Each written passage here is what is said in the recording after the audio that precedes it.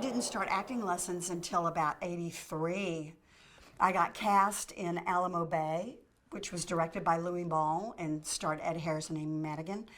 I did that film, and I was kind of on my way. And by the time 86 rolled around, there were auditions for the Texas Chainsaw Massacre 2.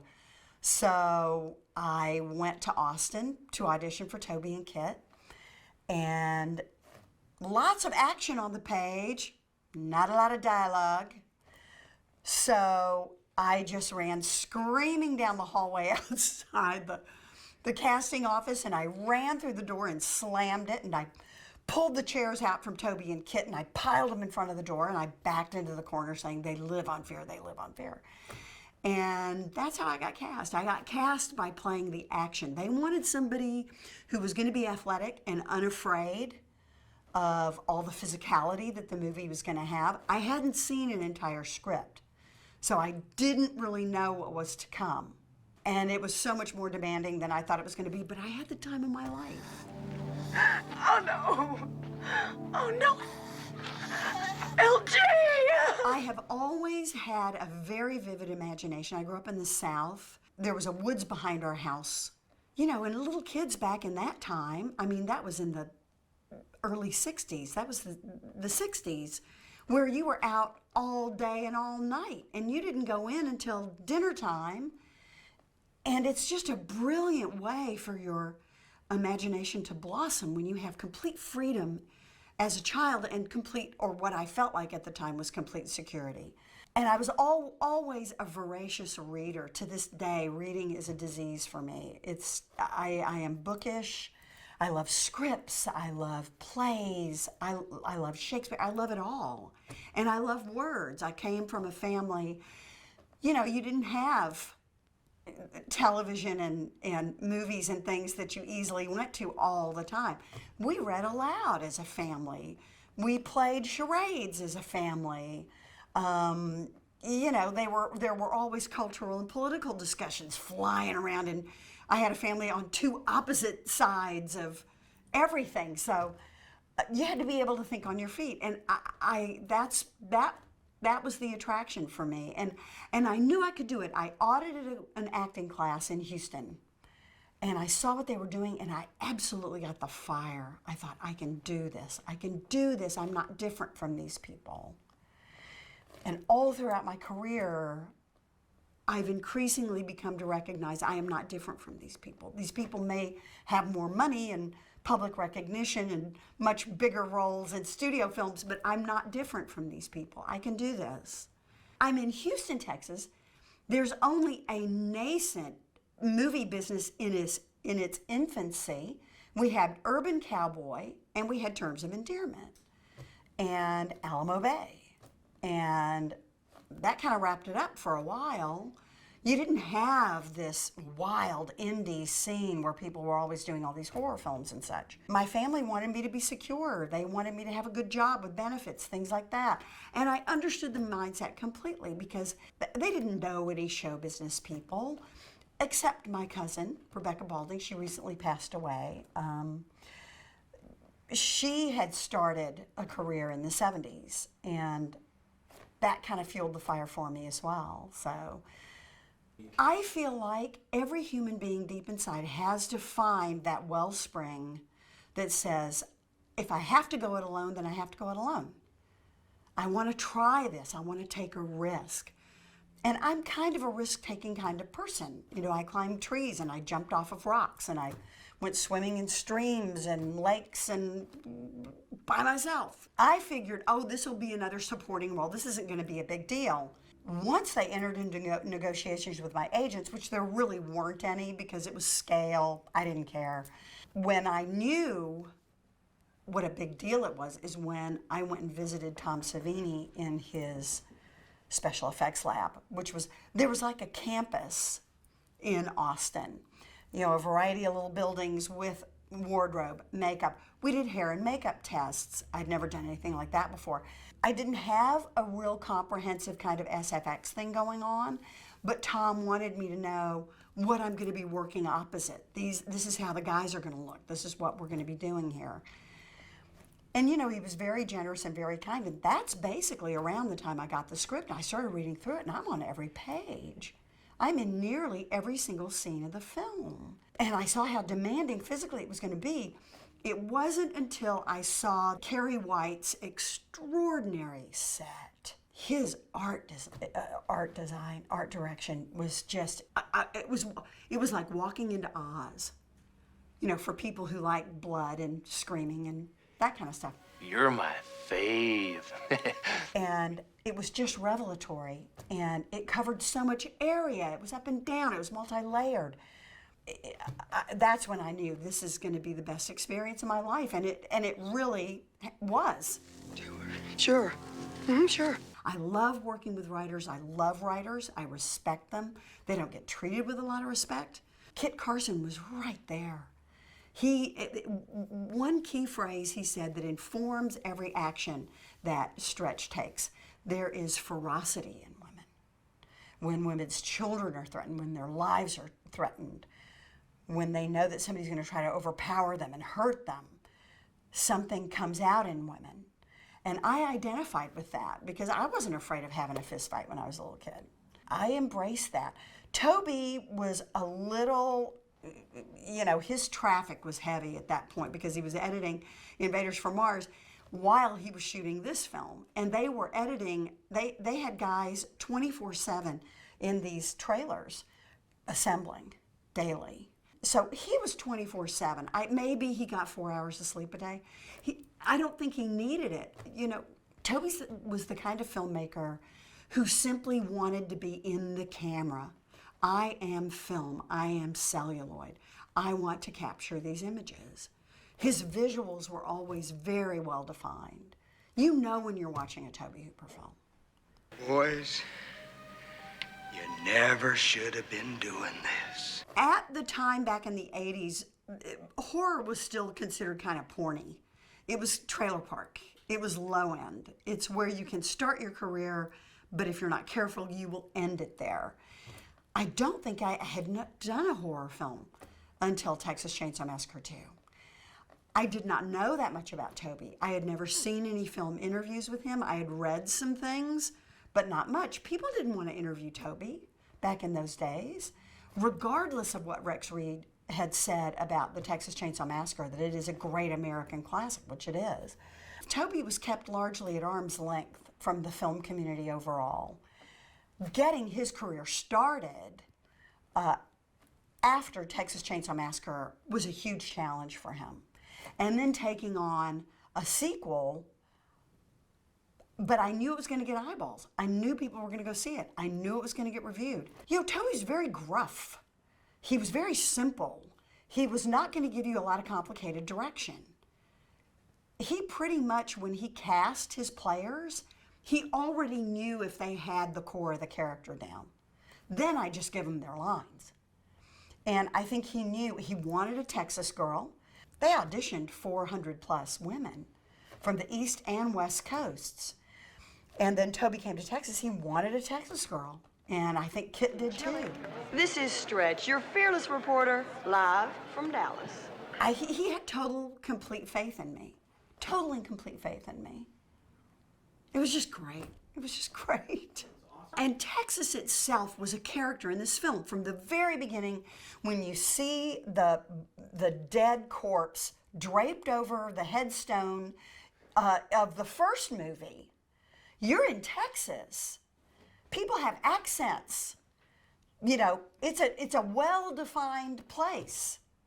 And in Chainsaw 2 it was as well. One of the most vivid moments that really puts the imprimatur of Texas on the film is when Lefty is going to the chainsaw store and that marching band is going by and they've got that Texas flag. You know where you are. You're grounded in a sense of place. You know, LG is basically the state of Texas on legs. The most difficult time I had, they gave me a pair of shorts and underpants to wear for the ice tub scene, for the chainsaw seduction scene. And they were cut much smaller than what I had been wearing. And that's when I knew I do not want my mother to see this. Bubba's got a girlfriend. Bubba's got a girlfriend. Bubba's got a girlfriend. She was never going to go to a horror movie anyway, but that was a very complicated choreographed dance, and it had to be put together very precisely. It is what it is. It is what it is, you know? And we took it on the chin from feminist groups and the Motion Picture Association, which I don't even know. We didn't even get a rating, I don't think. It was such an intricate dance and moving the saw up my leg. And Toby was talking the whole time. Okay, Caroline, fall into the ice. So I've got to fall in a very precise place. It's a placement, and I have to be exactly there. And then when Bill Johnson comes in and he's moving the saw up my leg, and it goes all the way to True North. And it's there. Push in a little tighter on that, Bill. Right on the seam where the shorts are. I mean, yeah.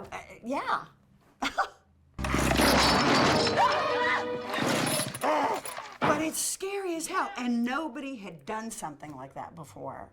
And you've got to have signature moments in your horror film, or you don't have a horror film.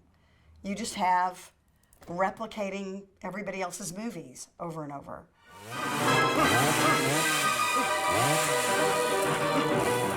Bill is such almost a paradox because he's Yale educated.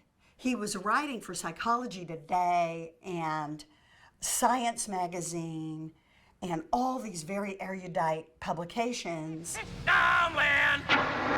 Wonderful conversationalist, very funny, very wry, a little dark. Right, let's get on with it. Bingo! I didn't meet him formally, I don't believe, until we did the tour of the radio station. His makeup took such a long time. So they would shoot with me doing various other things. And then they brought Bill in for that scene. And I said to Toby, one of the things I did say, I don't want to meet him until we start rehearsing that scene. And it was exactly the right thing to do because his look was so shocking. And there was so much going on with the costume, the hair, the glasses, the eyes, the port wine stain on his face. You know, I didn't know the plate was under there until the wig came off. The voice. You could autograph it to a far-out fan. I mean, the guy's a fucking work of art. Hurry up, Leatherface! Hurry up, get that bitch! The most difficult aspect was just injury, risking injury from a lot of these stunts. There was a stunt woman there filling in, but I had to replicate all that action.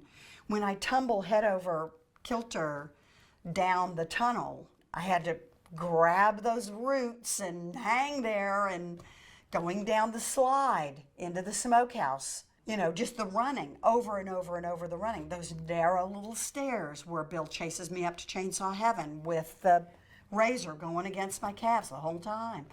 My stunt double and I would stand next to each other and look in the mirror and compare bruises. And we were like a map. We were just a map of injuries.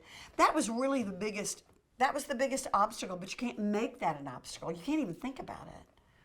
You've got to make sure your face is right in that camera lens, following the physical action of a woman who is specifically trained to do these things.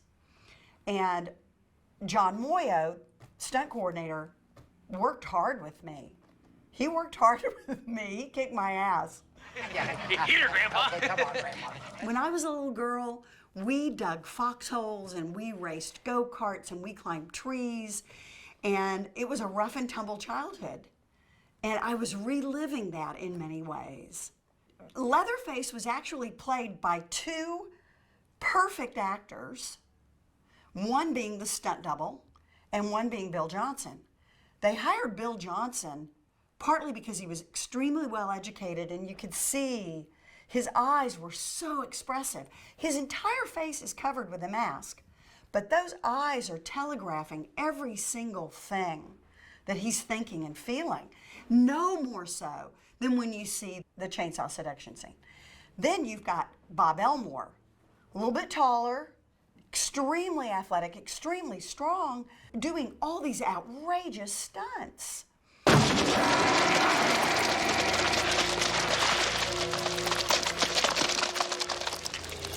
Devil's playground. I didn't know what to expect. And the thing is, I thought the crazy was going to come from Dennis, and it came from Bill Moseley. He was an extremely well-educated, cultured, serious man. He gave that 1,001% that Nicolas Cage has been quoted as saying. I don't care if I'm in something great or something shitty. I'm going to give it 1,001%. Dennis Hopper was that way. That was his philosophy. You're gonna get in my way. Both of us had 18 months of sobriety when we showed up on the film. So it gave us something in common because we have something extraordinary to gain, but something extraordinary to lose. And as we go through this creative process with this film, keeping focus and keeping sober was important, and we did. You know, he told extraordinary stories about George Stevens and Nick Ray, and those are two filmmakers that I adore. And he talked about Natalie Wood and Jimmy Dean and Nick Adams, and his stories were extraordinary. He also taught me the importance of playing to camera. Acting for camera involves technique. You can't just let yourself go emotionally. You have to focus your emotional energy in those moments. You also have to know what's your good side on camera. When we shot that scene on the stairs, we were reversed. Dennis was on the left side of camera. I was on the right side. He went, no, we need to switch. That's her good side. And of course, you look at the film now and you see that. And my bad side is apparent to me when I see it. And it doesn't happen often.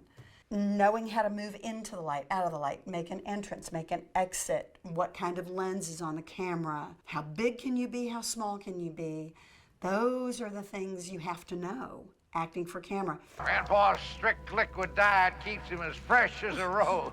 You don't get to meet Jim Sidow until well into the second half of the film, of the first one. In this one, we open the movie with him winning his Chili Prize. He was a wonderful motivating factor for all of us. Such a dry, understated sense of humor, and such a deep sweetness. Just such a deep sweetness to that man. Sure took care of my hams. They did a whole group of scenes, popped off a bunch of stuff with Joe Bob that has been discovered or rediscovered. There are some pirated bootleg versions of the DVD features where they included that. The quality of the film wasn't very good. The scenes didn't quite come off right, so they didn't make it into the movie, which, you know, was kind of sad because I love Joe Bob and he's a very vivid character. That is when Joe Bob first began to become known to the public as a whole. He was a Texas-based character in the very beginning of his career. Now, of course, he's a monster on Shudder, along with Darcy the Mail Girl, Diana Prince. The scene that I wish could have come off a lot better was the scene in the closet with all the chainsaws coming out of the closet walls at Lefty, at Dennis Hopper. If they'd been able to pull that one off, that would have been sweet. That was a great scene in the film. There were so many scenes in the film that just simply didn't get shot. As Stretch is running through all those dioramas and there's all these things set up, there's a skeleton couple, you know, under a beach umbrella. She runs by a character called TV Dinner, and TV Dinner is sitting in a cage, sitting on a Barca-lounger, watching television, eating a TV dinner. The idea is they're fattening him up. That would have been fabulous. There was a scene, Stretch is talking about Lefty Enright, and she says, Mama always talked about him. She said he had too much pride. He's slumbering in his pride. I read that scene and I went, oh, Vanita's mother, Vanita Sr., because she's named after her mother, knew Lefty. What happened there? I took that to mean Lefty could possibly be her dad. You can slow it down now. Because clearly her mother knew him well enough to talk about his character. And that animated a lot of my action with Lefty, especially that scene on the stairs, because I'm looking him over. 2007, I got a call out of the blue from a person working the convention circuit and said, "Have you ever done a convention?" And I had never done a convention. And she said, "You want to do one?" It's a real special occasion. I went and did Cinema Wasteland, and it was revelatory. I had no idea such a thing existed. And then year after year, I began doing more and more and more. And did the first Texas Frightmare weekend, did a couple more after that. Began going to all kinds of places to meet all kinds of people, Europe even. And it was just extraordinary. I thought, wow, this movie still has life. People still love this movie. And so many of the people were so young, comparatively speaking. You know, teenagers, when teenagers are coming to your table to buy your photos, it's kind of weird. Don't rattle him like that, damn it. You're balling up his shit. When I first came to town, I knew nearly no one. I knew one married couple that were very, very close to me. They were like family. I had no agent. I thought, what the hell, the movie did good business, I'll probably get something. No. It was very difficult for me to get meetings. It was not cherished. It was over the top. The film industry as a whole did not take to Toby. He's very unusual. His personality was unusual. He was not the glad-handing SC Film School grad like De Palma and George Lucas and Steven Spielberg, all those guys. Those were the cool cats. Those were the guys that were going to be getting all the work. Those were the guys that were being celebrated, that were making all the big films. Toby struggled himself when he came out with the first Chainsaw, and by the time the second came out, he was a resident and things had started percolating a little more for him, obviously.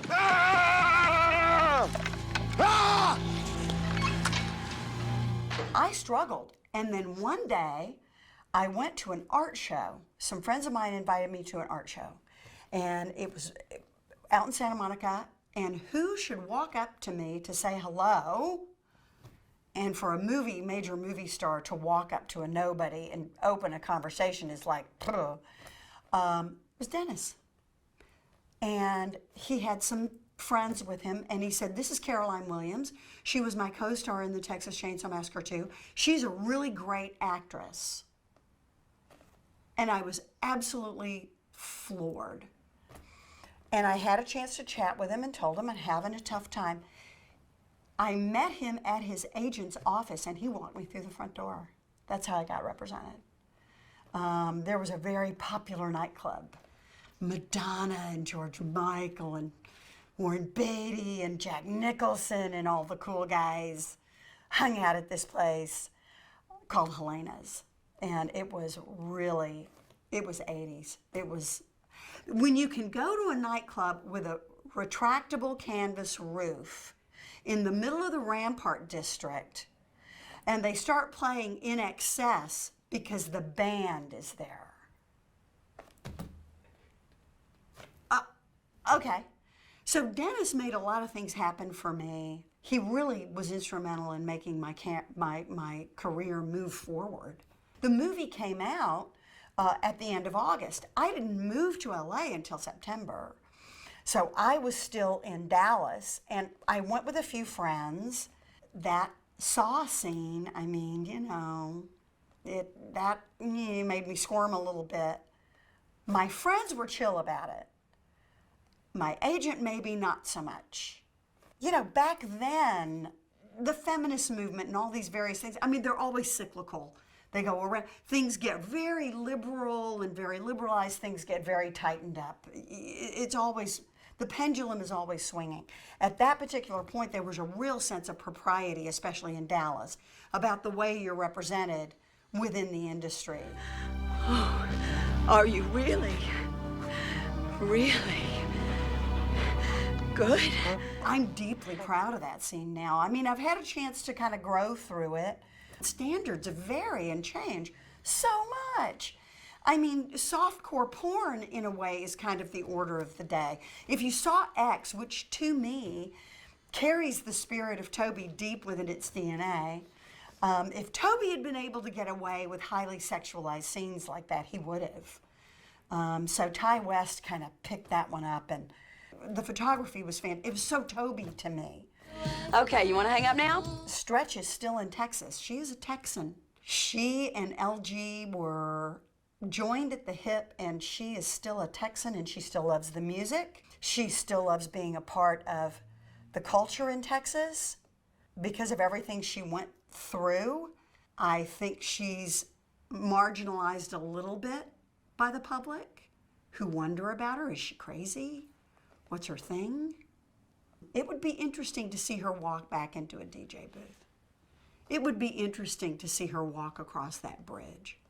We've got Bob Elmore and Bill Johnson, who are, you know, the Oreo sandwich cookie. I'm the creamy filling in the middle.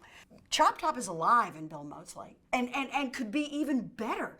Bill could take it steps further.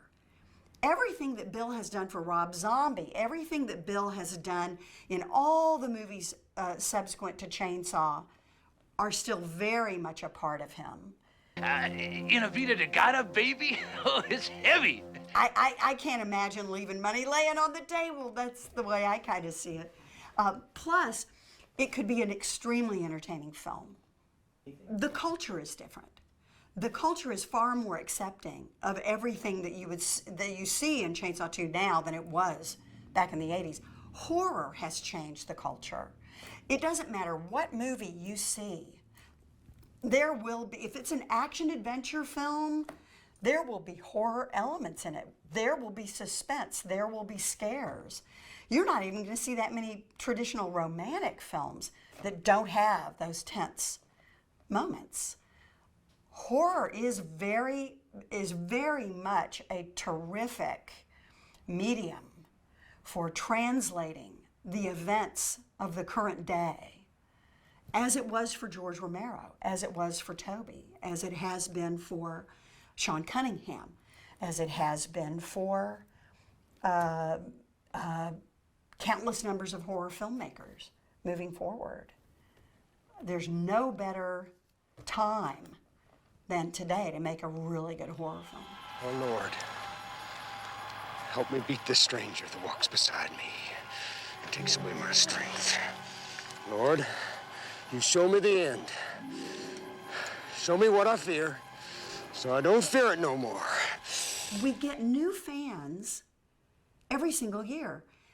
The canon of Chainsaw is the very first one and the second, both directed by Tobe Hooper. They are introductory horror 101. Young people begin their horror careers and their horror exposure with these two films, which is amazing to me. And you know, I'll be at conventions making appearances. I did a screening in Lorain, Ohio. Families showed up. We're in this gorgeous vintage theater, 100 years old, screening on a big screen with a new sound system. It was an extraordinary experience to see it that way. And you can feel the audience reaction. You can feel the audience embracing it. They always ask before these screenings, they always say, who has not seen the movie before? Half of the theater's hands went up. And that fills me with joy because it does tell me Stretch lives. She will live forever. She is firmly within the iconography of horror heroines. And to share that with Adrienne King, Jamie Lee Curtis, Heather Langenkamp, I am thrilled with that. I am thrilled to be a part of that club. Honestly, I loved every moment of the movie. I had never had that much responsibility before, and I loved it. I loved being the star of the film. I loved being challenged every day. I loved that it was so physical. It was like being a gymnast at the Olympics. I loved the actors I was working with. I fell in love with Bill Johnson. I fell in love with Bill Moseley, with Dennis Hopper, and especially my beloved Lou Perriman. Well, maybe a semi-hard ass, but I got a soft heart. Lou and I remained close until his death, and he is greatly missed. We used to have, until he, you know, he had to go take a vacation at the IRS hotel, but we talked every Saturday, and we wrote back and forth. And he was a cherished friend. You know, I loved Toby. We managed to stay in touch a little bit. Kid, of course, passed away. You know, our little family gets a little smaller every few years, I guess. And that's part of the great thing about movies. You do get, and music, the creative life is an immortal life. You do have that little slice of immortality, which makes me happy. And there's the exit sign. Tour's over.